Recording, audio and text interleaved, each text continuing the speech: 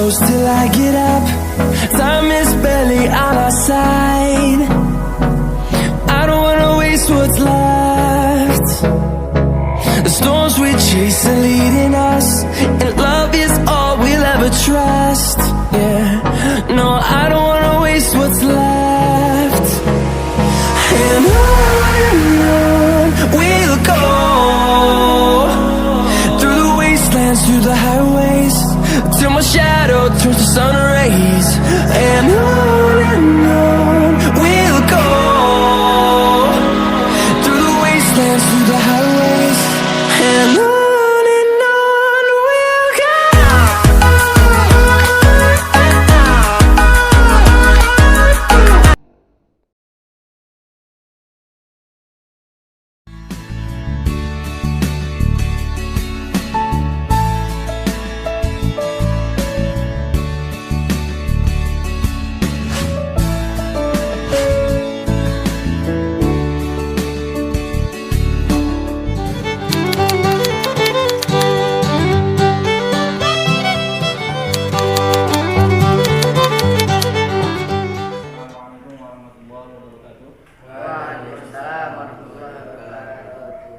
Selamat sore adik-adikku yang saya cintai.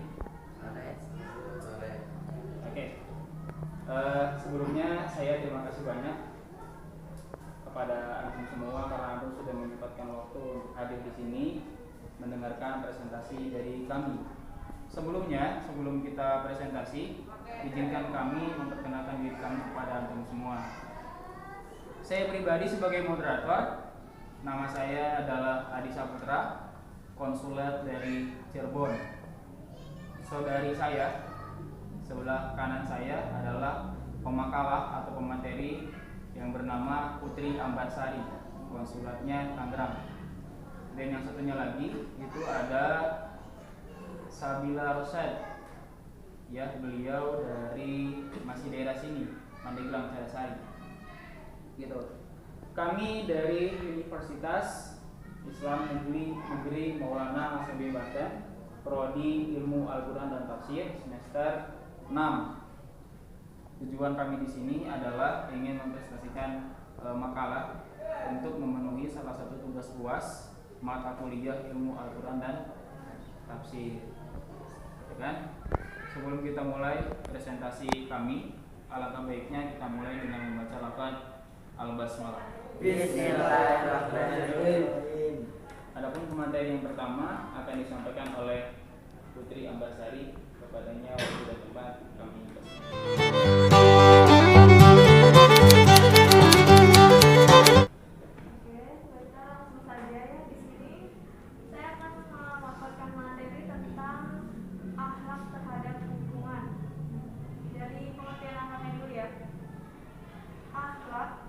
berasal dari bahasa Arab yang berarti watak, budi pekerti, keperwiraan, kebiasaan. Kata Arab berasal dari kata akhlaqo yukhliqu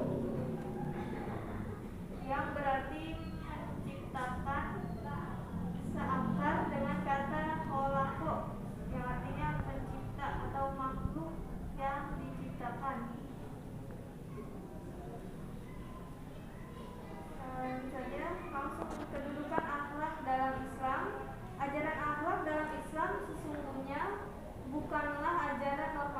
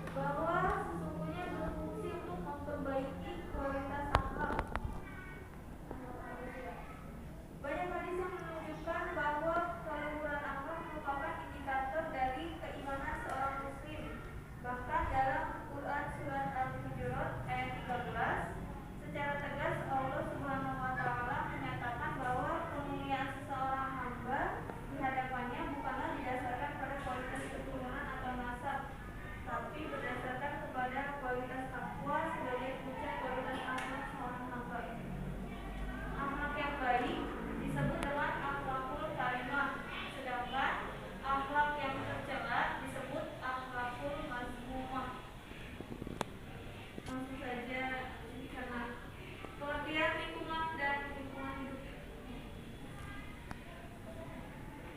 Mengenai arti lingkungan itu sendiri, yang istilah lingkungan sebagai ungkapan singkat dari lingkungan hidup yang juga sering digunakan istilah lain yang semakna seperti dunia, alam semesta, planet, dan bumi merupakan pengalihan dari istilah asing yang disebut environment dalam bahasa Inggris dan l'environnement dalam bahasa Prancis serta Umwelt Jerman dan itu bahasa Belanda. Jadi alam semesta itu kalau misalnya dalam bahasa Inggris disebut environment, dalam bahasa Prancis disebut environment, dalam bahasa Jerman disebut Umwelt, dan dalam bahasa Belanda disebut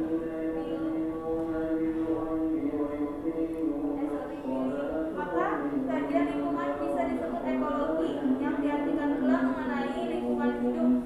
Istilah lingkungan hidup bisa berarti al baru yang secara dekat bersinonim dengan al biru, diistilahkan sebagai nilai kebaikan.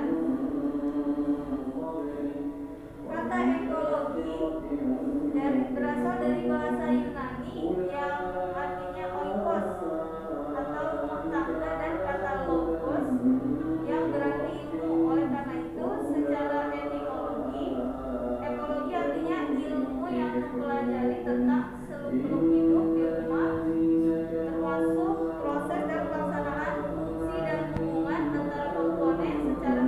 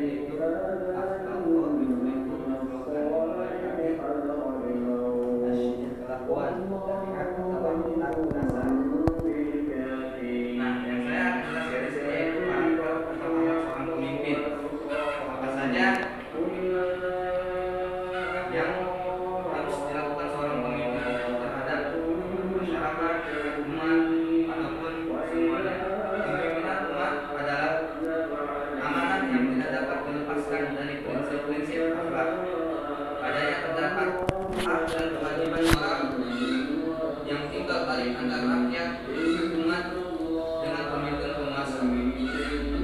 Faktor moral atau etika umat menentukan pembinaan umat. Tugas seorang pemimpin tidaklah ringan. Tanggung jawab yang dia pikul senantiasa memasukkan amanat, baik amanat dari masyarakat, warga atau negara, bahkan agama. Agama Islam sangat memperhatikan masalah kepemimpinan. Menurut Islam, semua pemimpin akan diminta pertanggungjawabannya. Pemimpin keluarga bertanggung jawab atas kebahagiaan, kesejahteraan keluarganya.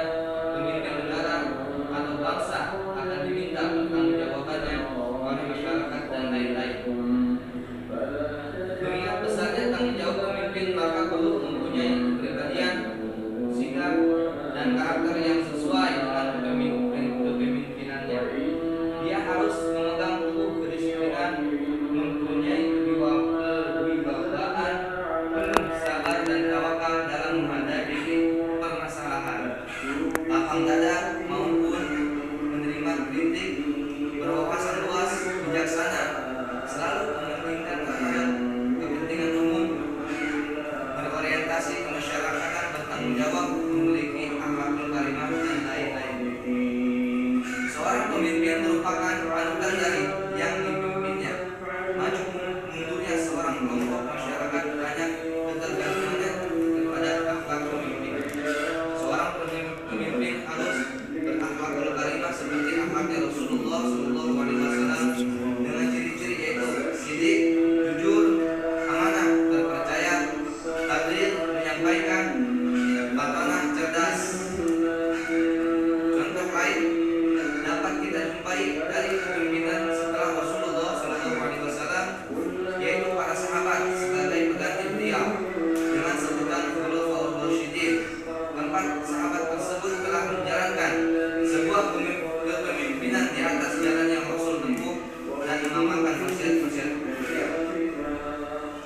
Abu Bakar sebagai orang yang berwibawa dan tenang, orangnya penuh ramah, cinta sesama dan selalu membenarkan dan menempati pada Rasul yang agung. Umar bin Khattab sebagai pemimpin yang mempunyai pendapat yang berbobot. Dia adalah orang yang terpercaya terhadap rahasia-rahasianya. Utsman sebagai pengumpul firman kitab Allah. Dia adalah seorang pemimpin yang meluruskan akidahnya.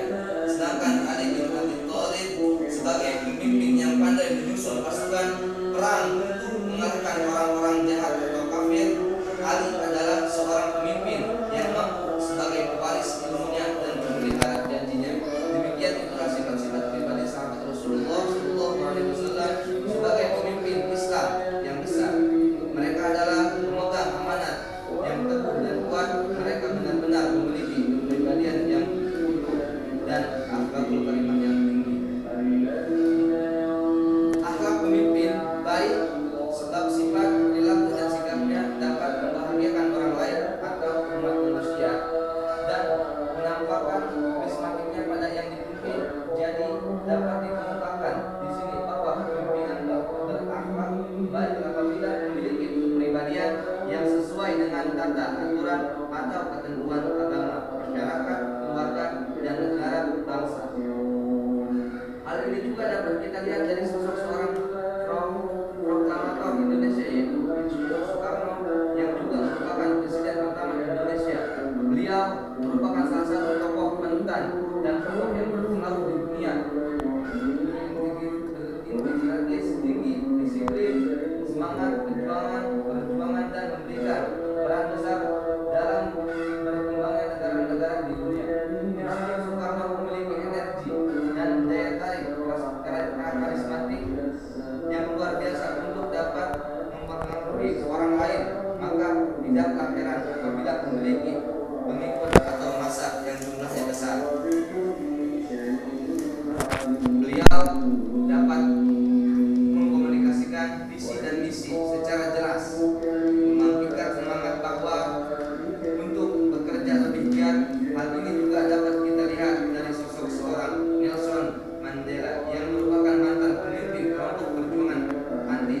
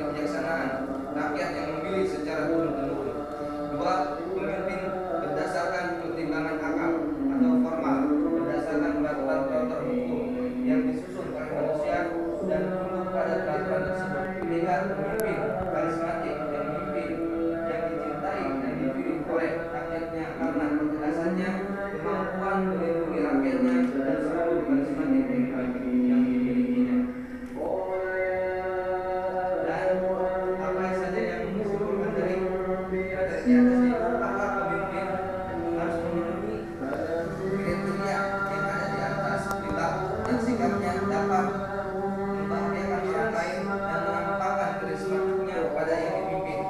Jadi dapat dikemukakan bahwa pemimpin yang baik wajib memiliki kepribadian yang sesuai dengan tata aturan agama, sikap pemimpin terhadap rakyat, maka rakyat pun mempunyai sikap-sikap mendoakan pemimpinnya, kepemimpinannya berhasil dan berjalan pada garis yang diridhoi Allah.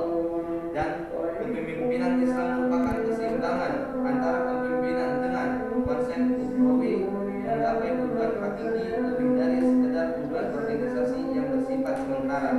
Menurut komitmen tinggi kepada prinsip-prinsip Islam dan menempatkan tugas pimpinan tidak sekedar tugas kemanusiaan saja, tapi untuk amal keadilan kita di akhirat. Mungkin itu penjelasan dari saya kembalikan kepada moderator. Terima kasih atas perhatian. Oke, terima kasih banyak kepada rekan saudara Semira Rosan yang sudah memaparkan materinya tadi. Selanjutnya akan saya bahas perihal tentang toleransi. Toleransi antar umat beragama perspektif Islam. Sebelum kita menyinggung terhadap apa isu toleransi, nah, hal yang akan saya bahas adalah definisi toleransi itu tersendiri. Dalam Kamus Besar Bahasa Indonesia atau sering disingkat KBBI, kata toleransi merupakan kata benda atau sering disebut kalau dalam bahasa Inggris itu ada kata verbal, ada kata nominal. Nah, toleransi ini disebut dengan kata benda atau kata nominal, yaitu dari kata to, le, ran, dan si.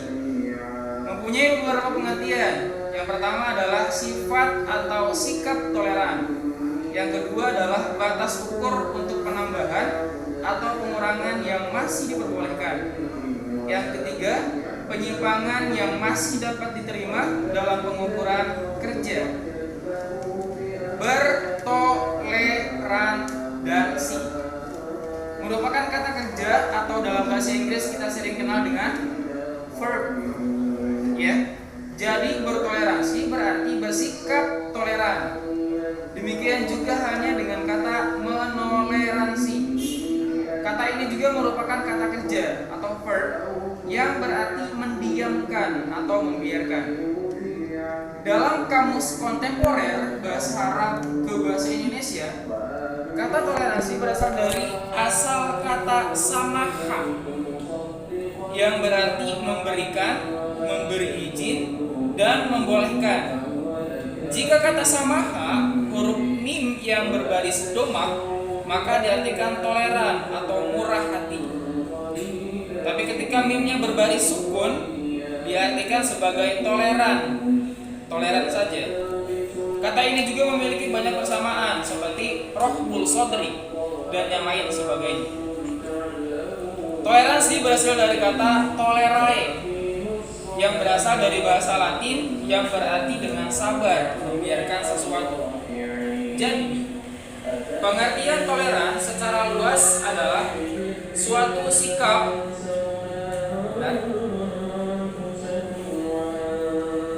sikap yang harus dimiliki oleh seseorang dalam hubungan antar beragama.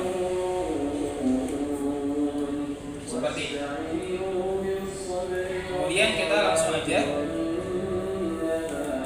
kepada analisis toleransi terhadap non-muslim dan batasan-batasan. Islam adalah agama yang toleran atau tadi dalam bahasa Arab disebut samaha. Ya.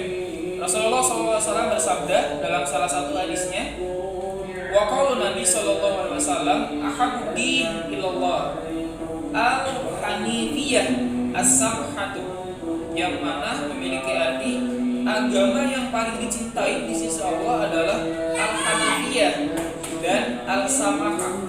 Hadis riwayat Bukhari.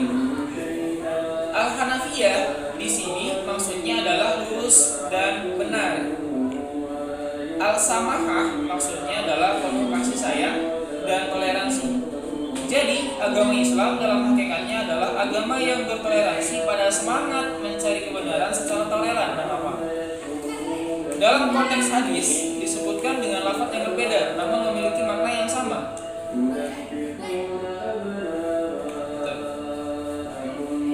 Kemudian yang selanjutnya adalah sebelum kita membahas batasan-batasan toleransi terhadap non-muslim, maka alangkah baiknya kita terlebih dahulu membahas mengenai bagian atau klasifikasi non-muslim.